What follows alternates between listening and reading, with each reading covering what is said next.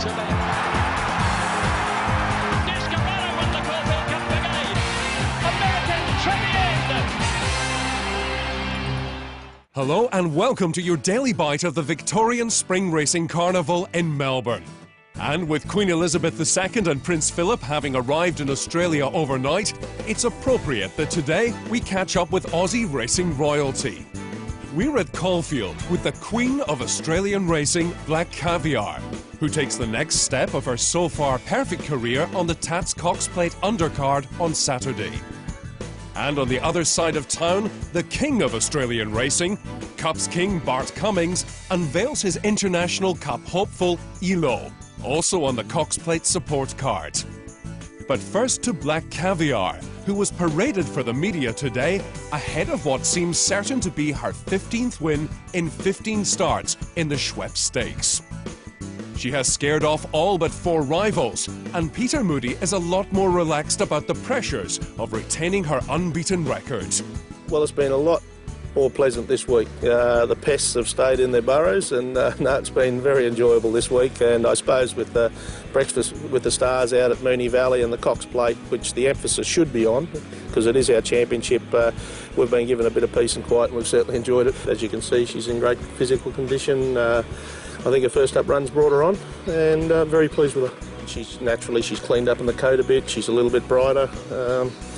You know, she's a bit lighter on her feet, so you know, she knows it's game time again. So she's a couple of little bits of work since the last run. Had to probably do a little bit more. You know, the race didn't take a lot out of her, so she's had a couple of nice gallops, and she's looking forward to Saturday. He's up there with the greatest ever. Black Caviar won it by 4.5. Black Caviar has stifled betting for the Schweppes and could start even shorter than 20 to 1 on, or a return of 4 cents in the dollar.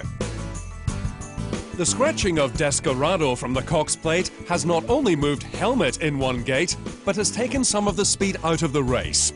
That's also impacted the 3-year-old's dominance at the top of the market. Dunedin is into $9 for the Melbourne Cup after his wonderful win in the Geelong Cup yesterday.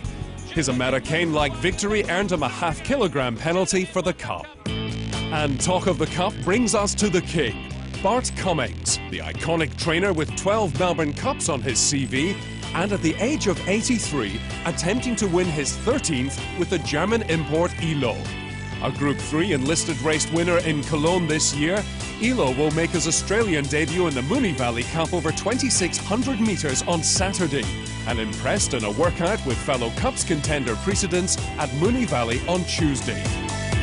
He's a bit stronger than he looks. He's put on 20 kilos since he's been here, which is a fair bit of weight, and he needed it. He was light when he got here.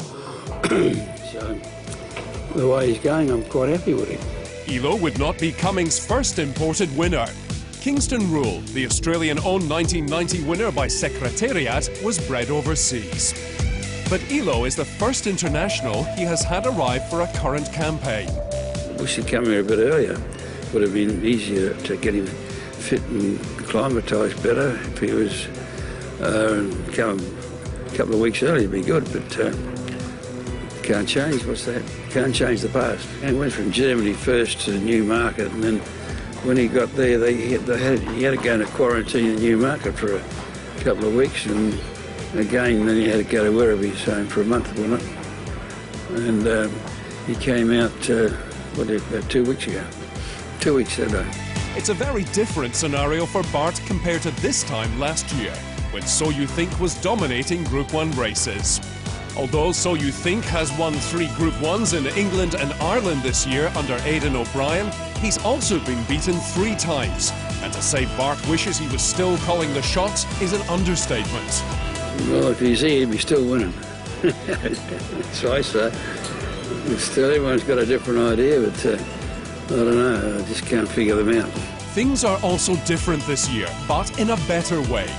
In 2010, Bart appeared frail in the aftermath of pneumonia, but this spring he's bounced back more like the Bart of old. Yeah, thank heavens, touch wood. Yeah, all right.